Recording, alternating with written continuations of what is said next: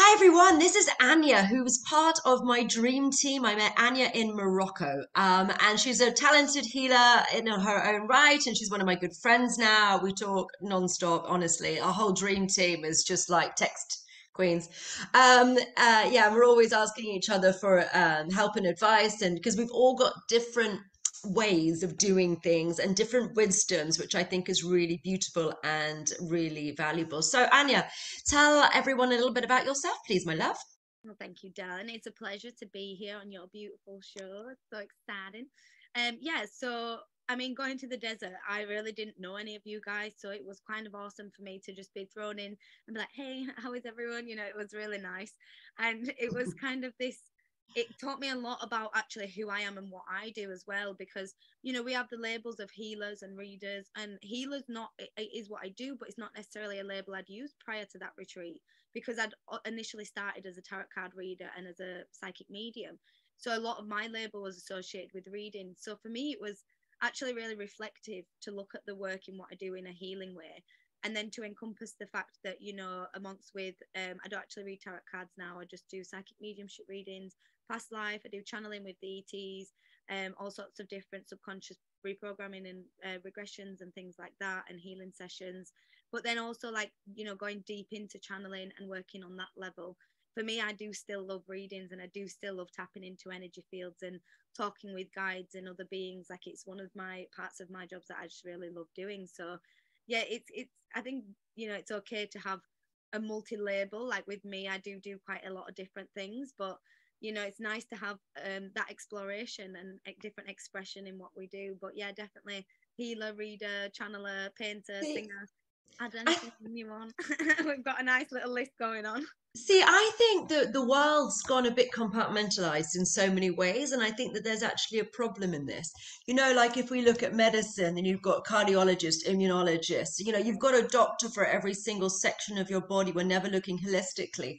But Mhm. just in the world more at large, I remember when I was doing TV presenting, and they were like, "Are you a singer? Are you an actress? Are you a presenter?" You weren't allowed to be but all three. All three. Now it's softened, and you are allowed to go into things because models are becoming singers, and there is movement around it a bit more, and there's a number of actors who are turning into singers and vice versa. But Yeah. 20 years ago, that was a total no-no. We were like, you are one thing, stick to your lane, know what you're doing. And I think that that's expanding now, because I think people are multi-talented and they all rely on work with each other. Yeah, 100%. Like, and that's what being around you guys really taught me, because everyone was asking me on the retreat, like, well, what do you do? What's your thing? And I was like, oh, what do I do? What is my one thing? Like, because I don't have one. It's really hard to put it into one thing. So I usually go with spiritualist. That kind of covers a lot of the aspects, but then it don't cover the musical side to me, or the artist side. So, like you say, there's so many compartmentalized parts of it that just kind of segregate and separate out the individual talent that can just flow through. Because when I'm singing, I'm channeling. When I'm channeling, I'm connecting in with the creative part of self. It's like we all overlap in different layers, and I think that segregation can actually slow down that flow and slow down that creative expansion more so than just allowing it to be what it is in the moment and allowing it to grow. Right. Mhm. So, what did you learn from Morocco? Anything interesting you want to share about our experience in the desert? Oh, well, where the bloody hell to start? What a journey that It was. was pretty wild, wasn't it? My goodness. Wow, what an experience. And in terms of just so expansive as well, you know, for obviously someone my age, I am quite aware of a lot of things. And as I'd said to you, in my smaller group, I am usually the one that's, very connected, very in tune, and, fights a lot of the darkness and deals with a lot of the spirits and portals and all the weird juju. So it was quite interesting for me to be like dropped upon all these people that were also doing that, but not just doing that, but doing that with 20, 30 years experience, and very confident, very professional people, and very bloody awesome people. And just to add that in. But yeah, to be, it was a little bit of a test on my own insecurities a little bit. And it was a great thing because it allowed me to grow. But then just being able to bear witness to the experiences you guys have learned over these years and the knowledge that you guys have built up, and then to encompass all that in one car journey.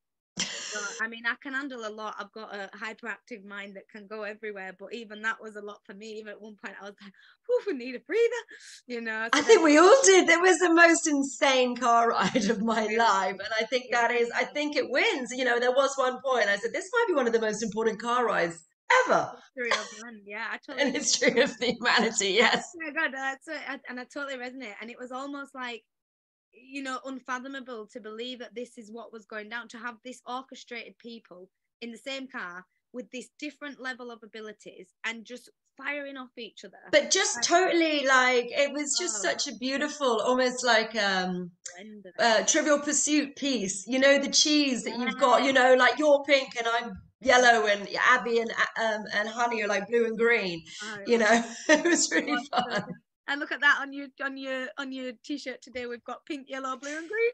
I love it. And purple, yeah, there we go. That's the dream So that's team. so And yeah, we've got a dream team going I'm on. the purple because I'm wearing I love it. it. And the consciousness expansion. But that's the thing. And as working with, darkness, and well, not working with darkness, working against it, and well, that's not even the right word either. Working in the light, let's say that when you work in the light, there is as like a moth to a flame, yeah. And as we've all experienced, I'm sure watching these videos, you guys will have experienced some form of energetic attacks or attachments, entities, things like that. And for me, that was a big thing that I'd experienced for a long time. So I'd been, you know, consciously removing darkness and entities and bad spirits, trapped spirits for a long time, for a couple of years. And then prior to that, I'd been just energy drawn to places to sit there and just send love, which is obviously energy clearing without consciously knowing.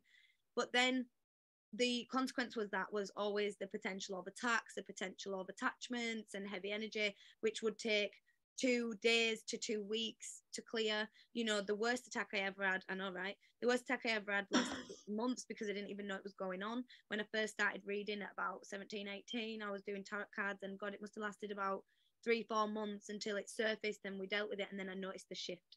So that's when I really first got into that, kind of understood even what an entity or an energetic attachment was years ago. So really for me, that was a battle I'd been facing ongoing for a long time. And throughout 2020 to 2022, God, it got intense, really intense a lot of the time. And there were parts of me that were living in fear in Right. terms of how do I deal with this non-stop? Like, is this going to be something that I just have to deal with as comes part and par with the industry that I'm in? Or can we have a way that we can work around this, And from meeting you, don't get me wrong, I learned unfathomable things from Honey and Abby, unbelievable, and everyone else actually, but just from them two specifically.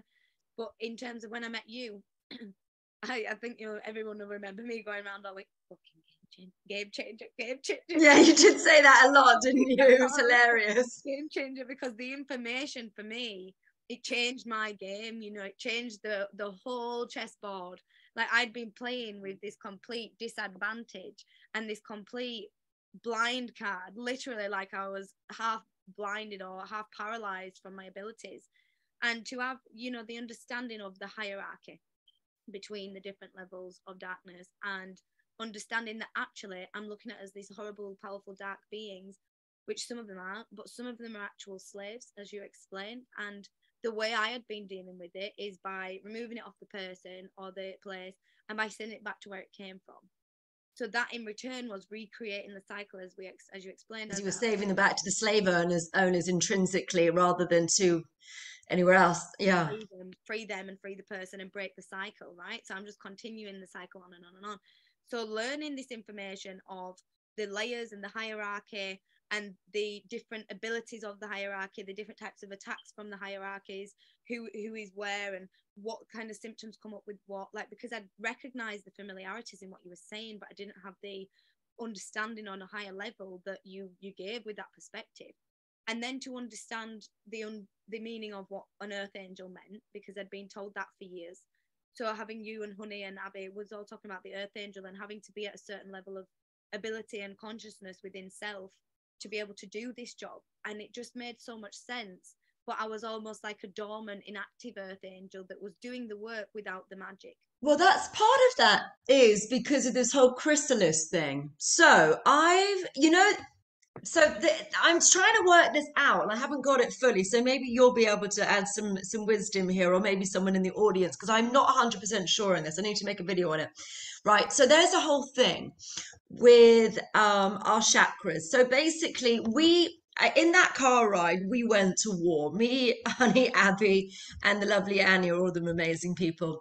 We all went to war and we went on missions. And there was a point I went, shit, we have to, I'm going to have to awaken, I'm going to have to do some work on your systems to wake your systems up a bit further, because if you're going to be coming on missions with me, this ain't safe for you. When we need to make sure that your angelic system is woken up, and then you'll be a bit safer, and then you'll be a bit stronger, and then have a bit more abilities. And I was like, right, because higher self told me you better go and do this. You're gonna, because I was just going to put you in danger. Like I don't do safe missions, I do dangerous missions, and it wasn't right to leave you vulnerable.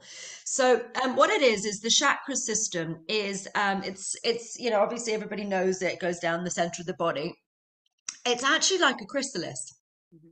So it's like like a caterpillar's in a chrysalis before it becomes a butterfly. It's like we have the caterpillar thing, and then we're in this chrysalis. And what happens is the chrysalis breaks down, and then the wings start to expand, which is what the earth angel thing is about. But what we need to do is the expansion of our energy system. So we break down it's breaking down the casing around the chakras is the best way to describe it. It's like they're little cells, and they're compartmentalizing our energy system, all these different sections. So we break down, it's like they have been, there's a crust around it, and we break down the crust around it, and then and it also happens in the meridians as well, and it's compartmentalizing and keeping us small so that they're not intertwined and you can't use all our abilities together. So what I would do is remove the shell around these bits, and it expands, and then we start to get our angelic wings, and the angelic wings look like the pearlescent with all these different shimmering rainbow colors, which is the colors of the chakras, and then goes into the wings. So it's actually a butterfly emergence Yes, from when we do the chakras, which I learned about the butterfly things only a week ago, and I was like, ooh, mm-hmm. that's cool. There's more to it, and I haven't worked this out. I just asked Honey yesterday because I think only 40% of my metamorphosis has happened. There's more. So Yeah, I don't know if you know any more on that. I'm putting you on the spot yeah, completely. I know we can talk about it later, but I suddenly was like, oh, there's more to this. I haven't seen it all. Anything you've got? yeah. I definitely think so. Obviously, as we know, there's going to be the solar flash, the solar flare, the activations of dormant abilities and dormant magic. But a certain person, when we're working at the level, specifically you with the healing work you're doing and the energy work that you're doing, you're already working at such a level of conscious ability in this current lifetime. So when you get an expansion of abilities and you get download of magic, it's going to be amplified by tenfold. And I think it's really about that kind of embodiment and transformation on the physical density level of the earth angel embodiment. So it's almost about, as we know, if you work as a clairvoyant or an energy worker, you feel, when you have this expansion, or when your wings are growing, and you see the expansion, and you feel the expansion in self. But I feel like this will be more of an integration to use them abilities on a physical level, to Ooh, really, your whole thing is instant healing. That's where you're aiming towards, right? So I think I'm that's not bad at exactly, exactly. it. And I think that's going to be intrinsically connected with, in terms of the prophecy stories that we hear in the Bible that have them pearls of wisdom in them, in terms of instant healing and healing with the touch. I think we're going to be working specifically with your angel transformation on a physical level, will be along them sorts of frequency lines. That's what I'm picking up, kind of physical embodiment and transformation of that level of divinity, because you have access to it. It's about bringing that into the physical level and holding it there.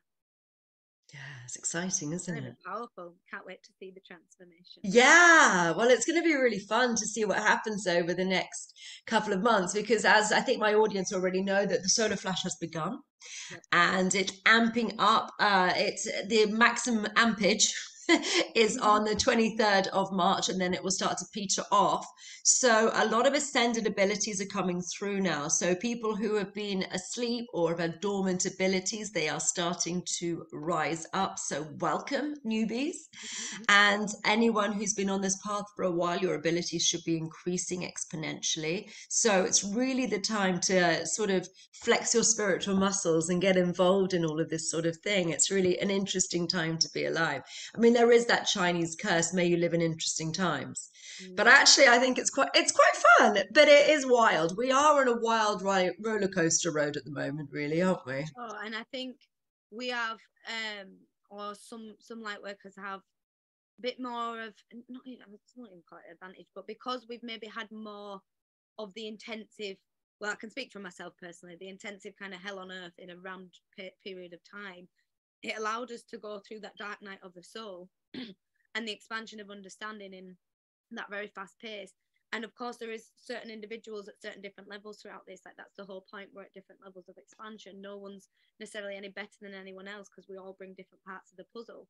But we're definitely in places now where we've got some people, you know, they've known about this for a while, but now they're starting to activate, they're starting to live it. We've got some people that are just delving into this, going into the deep shadow work, and they're in that dark night of the soul, and they're really, you know, being faced with the parts of self that they've suppressed and had guilt and shame and, you know, resentful feelings for throughout a lot of these times. That's surfacing a lot at the moment. The inner child programs and subconscious programs are surfacing a lot. And then we've got individuals that are, I would say, more where I feel, and I feel you and me are personally resonant at, is the physical embodiment of rising.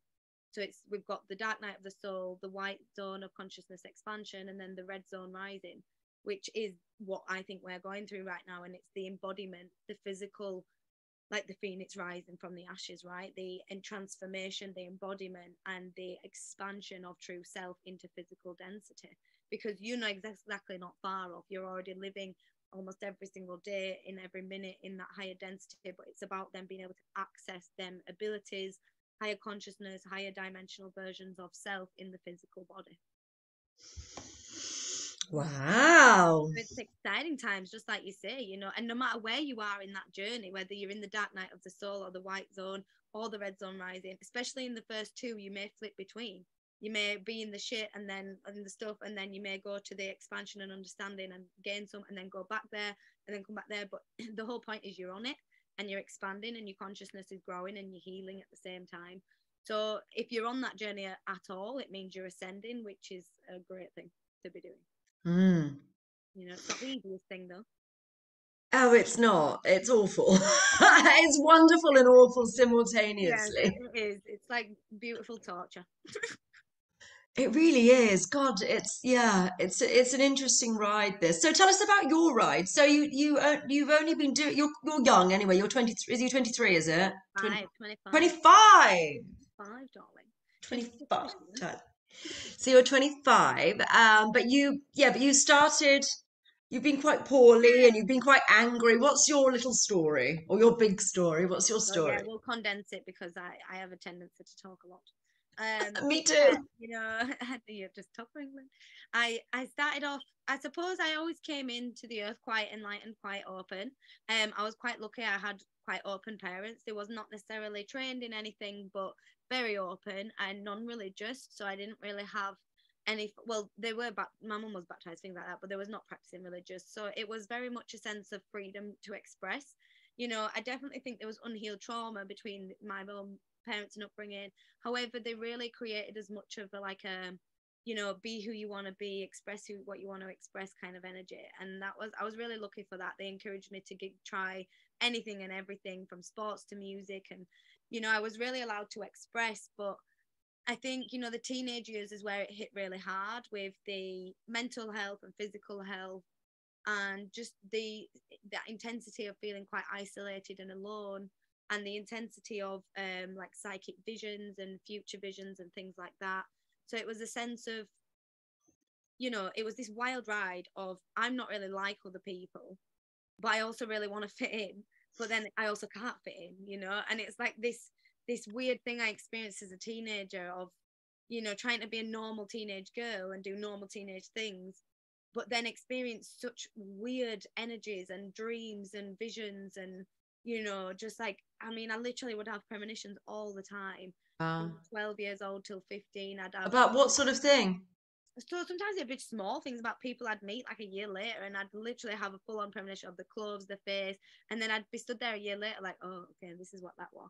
And then I'd always be really sensitive to earthquakes and natural disasters. So for like a week before, my whole body would go into like, I'd call it like twitchy mode, and it was like my whole body would be on guard, and then the natural disaster would happen and it'd ease off. So I was really sensitive to Mother Earth and the connections with the earth and death, people passing away. Was always really sensitive to that. A super sensitive empath, like unbelievably, because I just had no training on or understanding on why I'm like an emotional sponge and why I can't get rid of that, you know. So that obviously contributed to this overload of mental health, anxiety, depression, panic attacks, the repressed trauma. You know, my parents, again, they just wasn't taught how to deal with the trauma, never learned. So the trauma releasing was not really a big thing in my family. So I repressed and stored a lot of trauma in my body. Whose family knows how to do any trauma releasing? Tell me. Mine now, mine do not joking, but Yes, but I just ours don't think will. it's been a thing. No, no, exactly, When exactly. I mean, I think it's a new thing. I mean, even if you're doing psychotherapy techniques, Yep, that's still new. yep. You know, so unless you've actually trained in energy healing or psychotherapy or some medium of I don't know, Trauma releasing was negotiations of something. some description Yeah. or mediating, Mm. I don't know who knows how to do that. And unfortunately, we're not taught this sort of stuff in school in any way. And it just escalates. It just gets worse and worse as you get older because you get more and more upset and it snowballs and you start law of attraction attracting the same situation and it just drowns you. Yeah, literally, that was the representation of it. You know, like it's. I always say that when I went to therapy years later, because I would never identify where the trauma came from because it felt like blaming my family or people. And she said to me, "Annie, you can acknowledge how you feel without blaming anyone for that." And it was such Right. a powerful thing to actually understand that it wasn't their fault. No one knew any better. They brought the best of they was capable of, and that is beautiful. And that doesn't mean that it's a wrong thing just because it didn't meet all of your needs, but we still have to validate the fact that all of the needs wasn't met, and then them needs need to be met in some way now. And it is like you say, then you have like the poverty. I was born in a very poverty area, very poor kind of environment, not like super, but you know, not the best. And just the cycles that are then created, the deprivation, and then the manifestation of the energy, the vibration that you're absorbing, then the entity attacks that come from that because we're completely unaware. And then I ended up getting really physically ill at 15 and ended up in hospital on 26 tablets a day, intravenous morphine, every tablet you could think of, I've had it. And yeah, I spent years in hospital having tests. At first, they thought it was all psychosomatic in the mind. Then it turns out there was actually an infection in the stomach lining, Helicobacter pylori.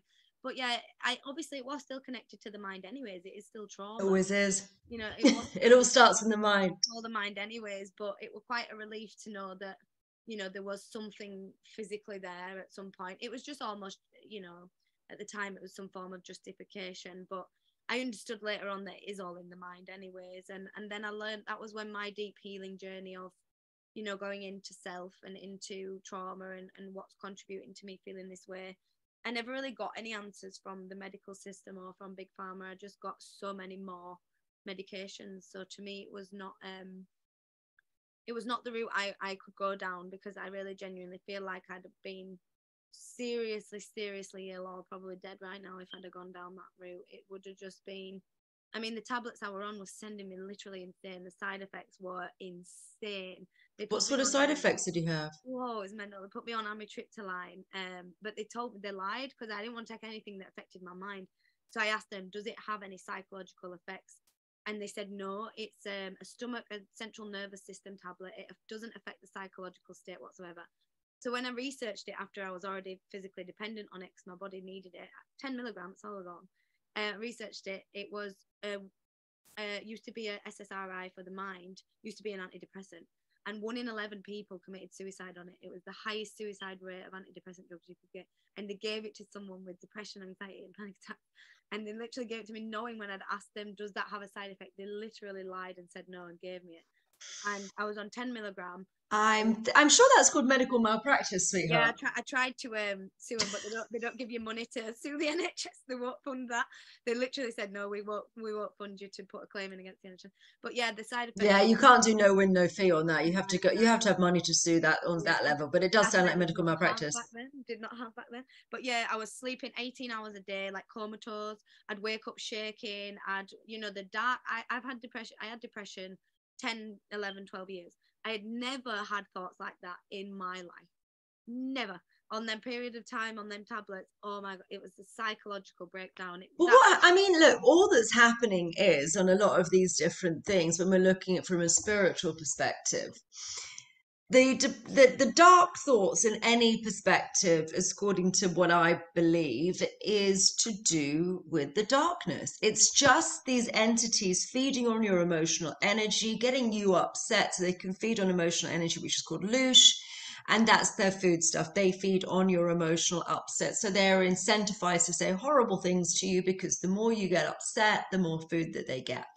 Now, the sort of a lot of these pharmaceuticals and alcohol and a few other things as well actually lower your defenses. It may make your aura weaker or various other parts of your energy system, but intrinsically your your barrier. field is weaker, and so then you are more vulnerable to attack, and more of these things come to feed on you. So if you were depressed already and then your defenses were weaker, then you're just a better food source, so more of a legion comes in to feed off you. And that's what happens. And this also happens when people have alcohol. Mm-hmm. Like if your system is not strong, it's not a good idea. My system's strong, I can handle alcohol, it's no problem. And as you know, my house is clean. We'll discuss that in a minute. But yeah, my system is totally able to handle it. And I don't get things like the fear. So the fear is really interesting as well, because when people drink alcohol, you can end up saying and doing things which you don't remember, which is weird. You can also, but that's also sometimes it's a possession. Sometimes it's as bad as a possession. If you properly black out and then you do things entirely out of character, I think that's often a possession. I do too. Yeah, and I know people because I knew someone who ended up sleeping with her best friend's boyfriend, and she was went out to the car and ended up sleeping with her best friend's boyfriend, and that's just horrifying. Mm-hmm. And then she claimed that she didn't remember it. And for years I just thought, well, that's just a barefaced lie. But actually now I'm coming to think maybe it was a possession because it is out of character for her. I mean, it's a strange thing to do. Mm-hmm. But then also when people get the fear the following day, that's also these entities. That's because your system is still weak. And in the morning, people wake up and go, oh my God, what did I say? What did I do? Did I behave myself? Okay. Was this up? Was it whatever it might be? And that's still because your field is weaker. And then as the toxicity comes out of your system, your field regains its strength. And then you stop having this incessant chatter and more chatter if you have a chatty mind. Then it gets to be significantly worse, which I think is why a lot of religions tell people to avoid alcohol, because it is a really good way for the entities to get in. And then if you look at the name of it, like spirits, Mm-hmm. look, spirits is spirits, and then alcohol is the name of a demon. Oh, really? Um, yeah, there's a specific demon called alcohol in I think it's in the Islam. Yeah, Interesting. But that's the tangent. I don't know where we went from there, but yeah, your illness, your no, your but it's the pills. gateway. No, for sure, because having them that amount of medicine toxins in my body. I mean, I don't know if you heard, the raw onion that you put on your feet to pull out the toxins. I did that while I was on the medicine, and the onion was black in the morning. It was black. The whole onion was black when I pulled it out. So it just shows the level of toxins inside your body when they're going in. Well, So the medication is really dangerous as well. There's a lot of the antipsychotic medications that they have on the market for people who've got things like schizophrenia and other hallucination-based diseases. What the medications actually have in them as their major ingredient is fluoride, yep. and fluoride blocks your third eye. Yep. So these people are actually, I mean, they say the difference between a mystic and a madman is the mystic is swimming in the pool and the madman is drowning. Yeah. But intrinsically, they're both seeing exactly the same thing. So, Mm-hmm. like, they have the big spiritual awareness. But what they're doing is they're getting people who are extremely psychic, but have no idea how to handle what's going on in a society not designed for that, with no guidance and a lot of fear.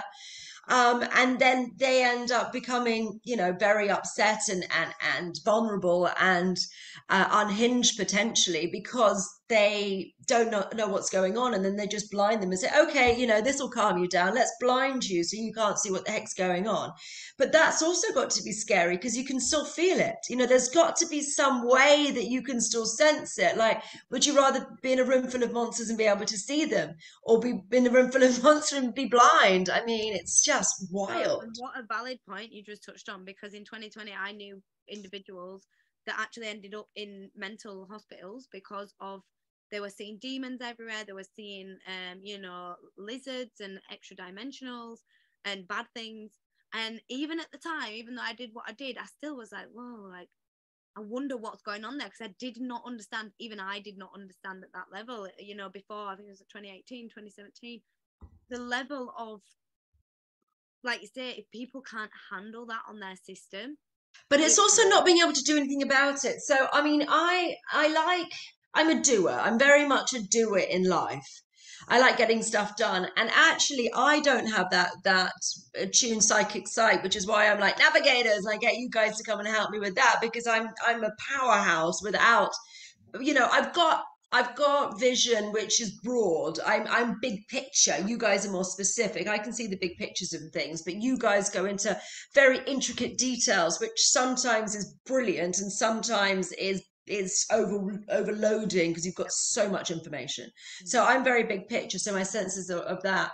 But if you were able to see these things and they were attacking you or attacking people that you love, and you couldn't do anything about it, that's dangerous too. Because if you think about the other like some of the native tribes, like the Native Americans, or all those sorts of tribal people from many places in the world, they have the people who are very psychic become the medicine men of the village, and they are nurtured and they are taught, and then they know what to do when these things happen, because it's these things are real. They talk about it in the Catholic Church, they talk about it in every major religion, and we got rid of it 100 years ago when we're saying that entities have got nothing to do with illnesses. It went 115 years ago when medicine changed, yeah, and medicine became medicine, and we call old medicine alternative medicine, which is bizarre because it's not alternative.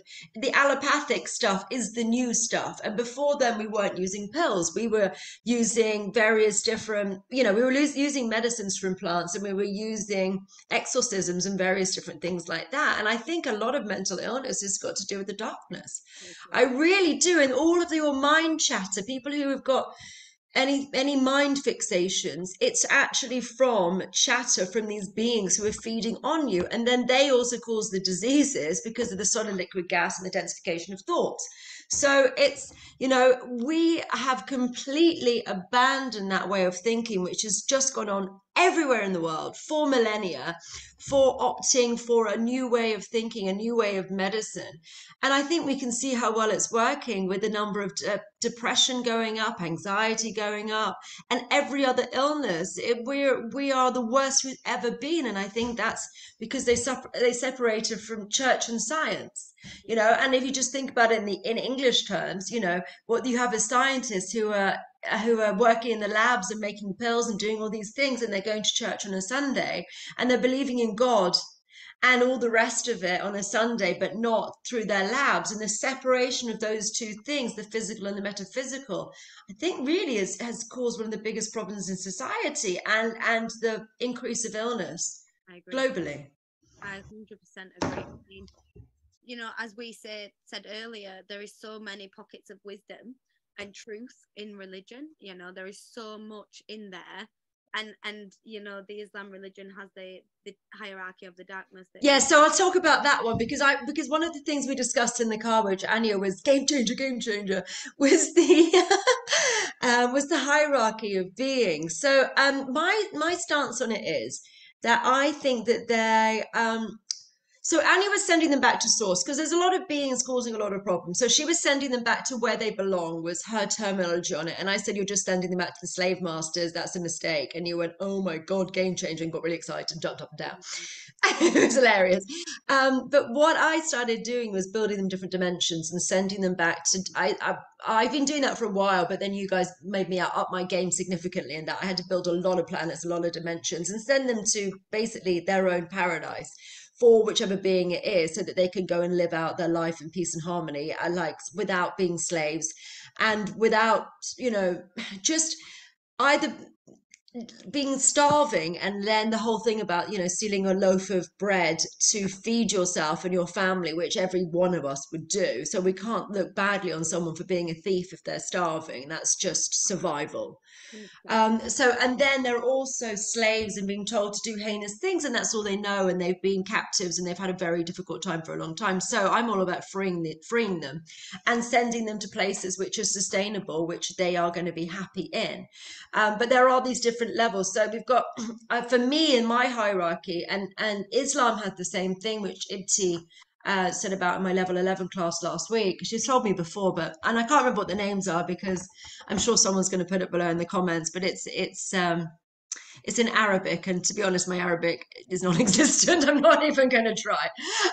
But they've got, yeah. So they've got the lower level ones. Oh, they've got jinn as part of them. I think the jinn are part of the lower level ones. Sorry, I'm going out of I think focus. the jinns are bad spirits, I think.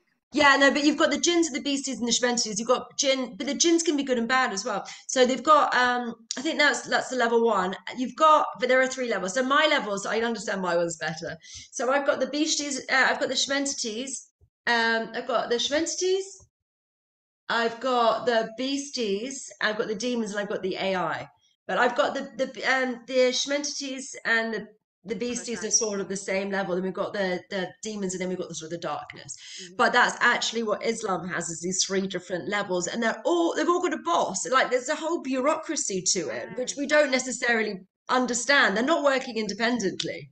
Honestly, it was so fascinating to me because for some reason I was just under the impression that that bad spirit or the bad entity was just there to just cause mayhem, just for laugh, like just wants to be a pain in. No, it's a lot more organized. It's a lot more Oh, structured, and it's just old. there. And according to the Quran, for each human born, there's a demon born, according to the Quran, which is really, really interesting. Because if we think about how many people have been born, and if we just think about it in terms of like the non-hidden history and whether or not there was Atlantis and Lemuria and how many cycles we've had, and regardless of that, if we just think about it in what's like Googleable, I think it was either 12 or 18 billion people had been born. So Wow. imagine, yeah, it was 18. Like, there's an easy Googleable thing, but it was somewhere, well, in the teens, billions. But they don't die No. in the same way that we die, because we've got what, 8 billion on the planet now, and we die, and they just don't go unless we go after them, unless we banish them, unless we send them somewhere else. So what's happened is we've been massively outnumbered, Yep. massively, and they are the hierarchy. They're the second tier. Mhm. So the ones below, their subordinates, there are significantly more of them, but that's just the demon stuff. Yep. So there are so many different levels of these beings.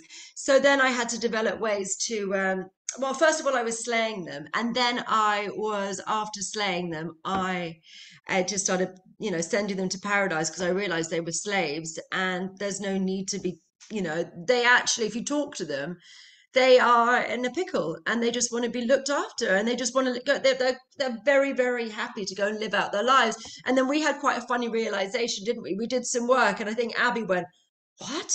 They're here to help. They want to help us." And I Yeah. think all of you guys went, "What?" Well, just the concept of that not just being bad and that not just being its only intention was far too much for me to wrap my head around. After I just wrapped the head around it, I was like, what?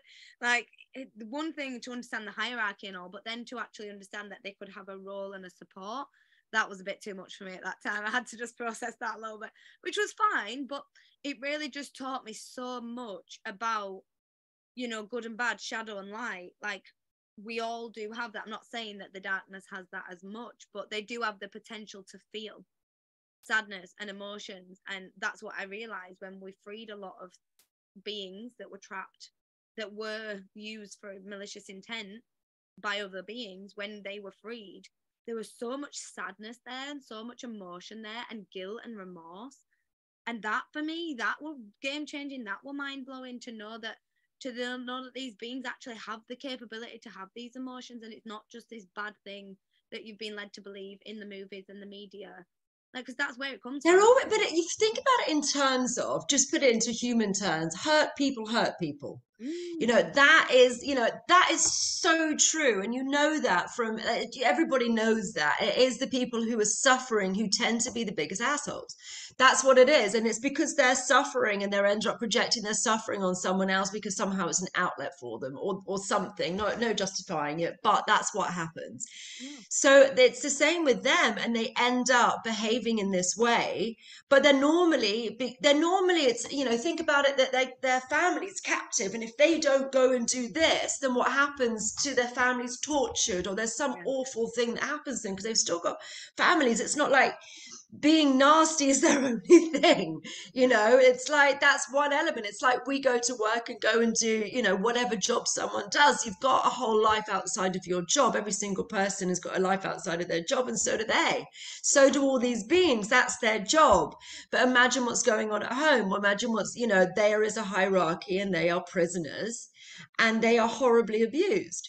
But they are interesting as well in Buddhism, because I do like to bring these back to different religions, just because I think it's when things expand beyond different religions, I think it's really interesting, because there's truth in all these different things.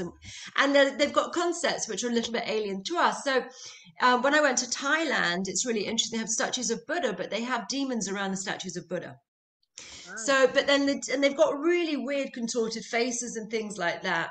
And you think, what the dickens? And there are angels as well. They've got Buddha, demons, and angels. And I said to somebody, why are there demons around this foot of Buddha? And the answer was, because Buddha's dead. And he can't help you. But if you want something happening, you bring prayers, you bring offerings, you bring flowers, you bring food to the demons, offerings, for them to help you do whatever it is you need. Demons and angels. Wow, You have, how interesting. yeah, so you have good angels, good demons and bad demons. It's not Mhm. the demons are bad and the angels are good. This is Yeah. Buddhism. Well, Thai Buddhism. I think it's different in different places potentially, but this is in Thailand.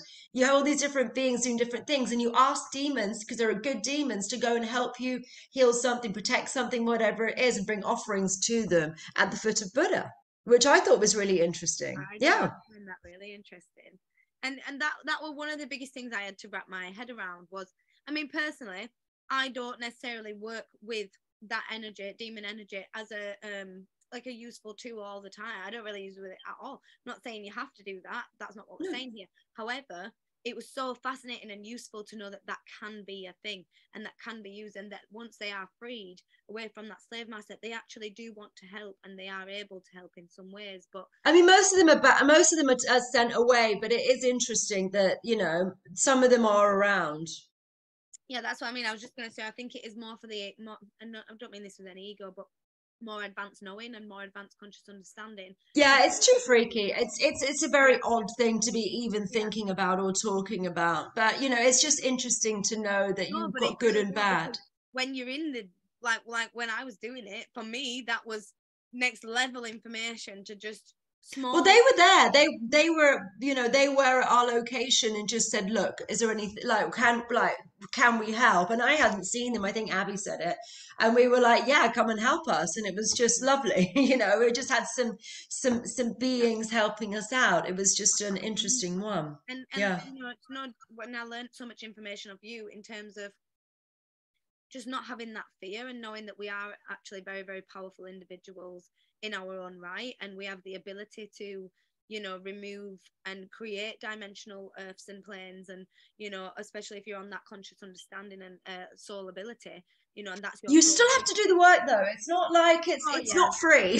It's not free. It's not easy to get to. completely. It's taken me a long bloody Oh, time. I can okay, do it. tomorrow. No, no, no, of course. However, the point is, once the work is done, like once you have put that energetic, only certain individuals will be able to do that as well, because that's their certain soul role. I mean, it's not for everyone, is it? I don't think I've never taught it to anyone. It's not in part of my curriculum to build universes. I think it might be in Antonia. I don't know at that scale. I don't know. I haven't really looked at anyone else doing it. I just go and do it because that's part No, of it's what I awesome. do. But yeah, just to know that But I can build most I things. think it taught me a lot of the capability of my own power and my own abilities and understanding, like why, like, I knew what I was here to do in some ways, but it allowed me to get that done in such a next level way and have such an understanding of my ability and my power and my potential here, and you know, my really allowed me to fully transform and embody the things that I knew on a higher way of living and on a physical level. It Wow. was really good for me. It was really just kind of like using what I learned from Honey and what I learned from Abby and then what I learned from you and then what I learned myself.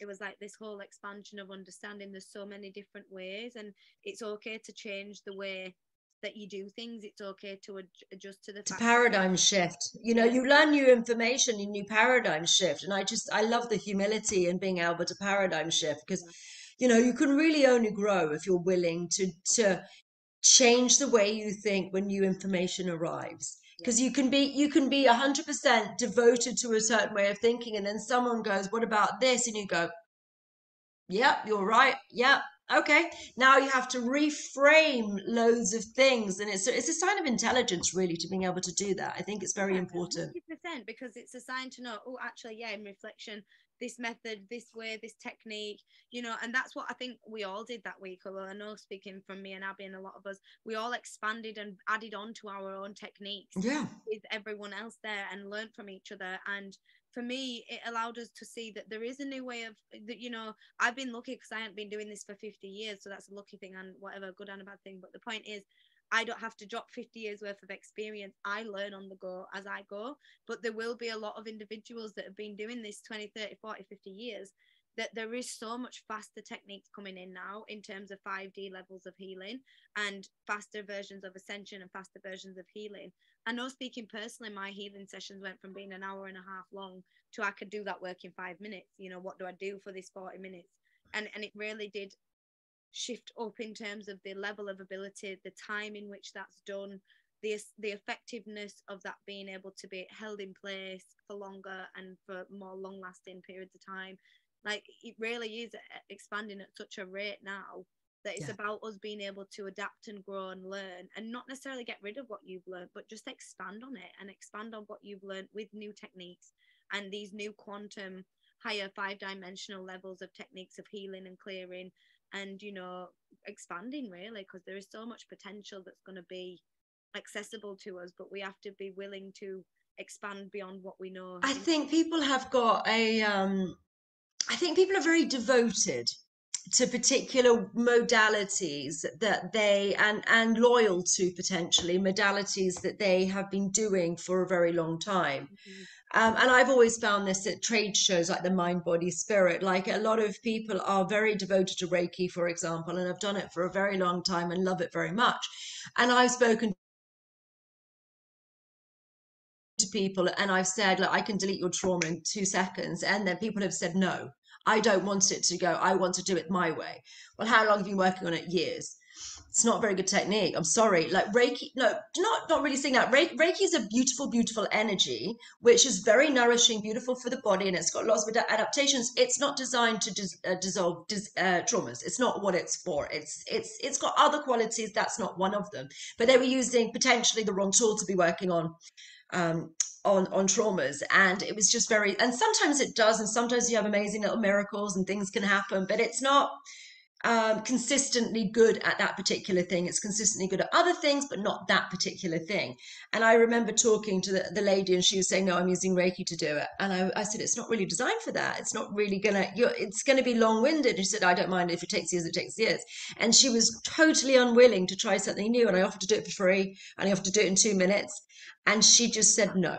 Mhm. So I think that there's a stubbornness around it, and there's a devotion to the modalities, and they spend a lot of time and a lot of you know, a lot of devotion towards things, and I think we need to learn to be a bit more adaptable. Mm. I agree. I agree. Yeah, I think that was one of the reasons I didn't learn a specific type. It was really funny. None of the other modalities actually resonated with me. I would always go for just energy healing, which would encompass um archangel, crystals, native Indians, chakra. Like, I'd just do the whole thing, you know, in one. And for me, that just felt right. And not knowing that, obviously, at that time I was just channeling in what that person needed, and Yeah. you know, going to the higher levels of not necessarily what you do, but just even that in itself, when I started doing that, that was a different thing. It didn't have a name because it was an encompassment of multiple different methods. You're And going to have to start naming stuff. I have to make up names for things all the time. And it's really, I find it hilarious because I just go name something. I'm like, like one of my techniques called the big eraser. And I like, that's erasing traumas. And I'm talking about that.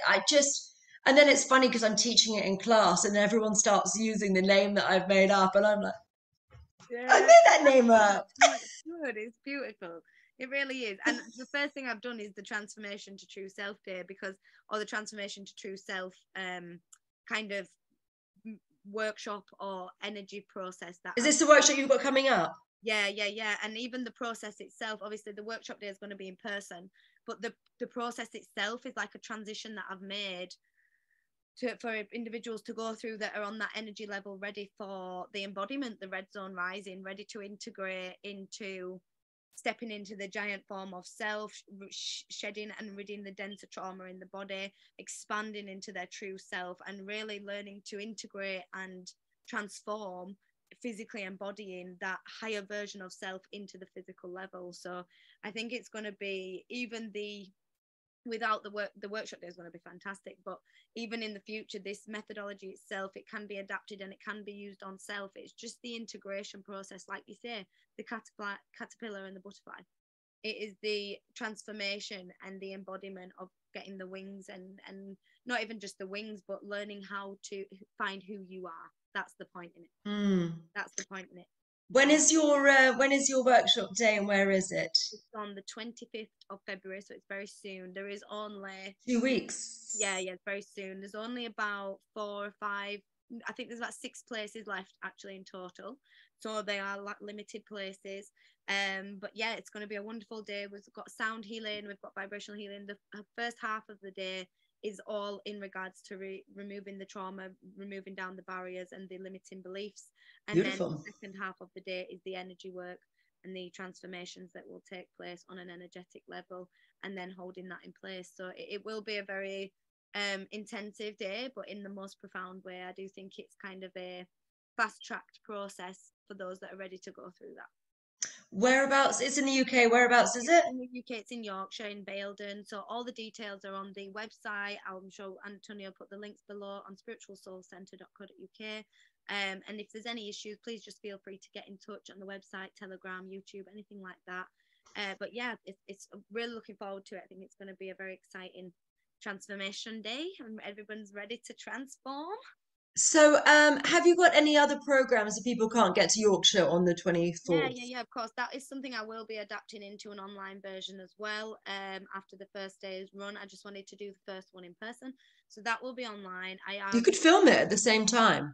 Yeah, we're gonna have a cameraman there, and I was gonna stream it live, but I think for energy wise, the first one I'll just do this one, and then I'm gonna post it online.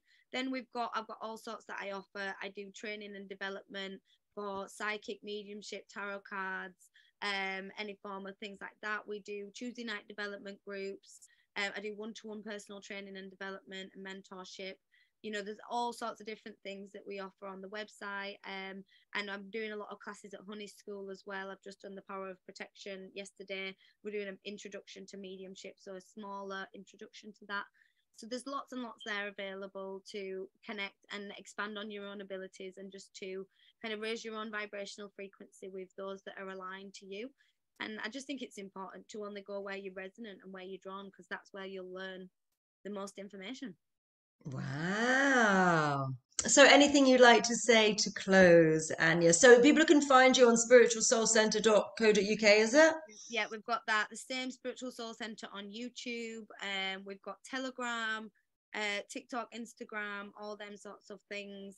I will send you all the links, and Send me the links and we'll put them in below. Yeah. below. And yeah, really, I just want to say thank you for, just being so open. I think there's a lot of, with women, it can be a difficult place to navigate. You either get I'm a very open, supportive, just in my own flow, like half hippie, half little fairy. I just do my own thing. And I think it's quite nice to meet other women that are also about empowering other women and helping. Anyone, empowering people. It doesn't really Yeah. matter the gender. Yeah, no, of course, but specifically as there were so many women in Morocco when we Oh, met, yeah.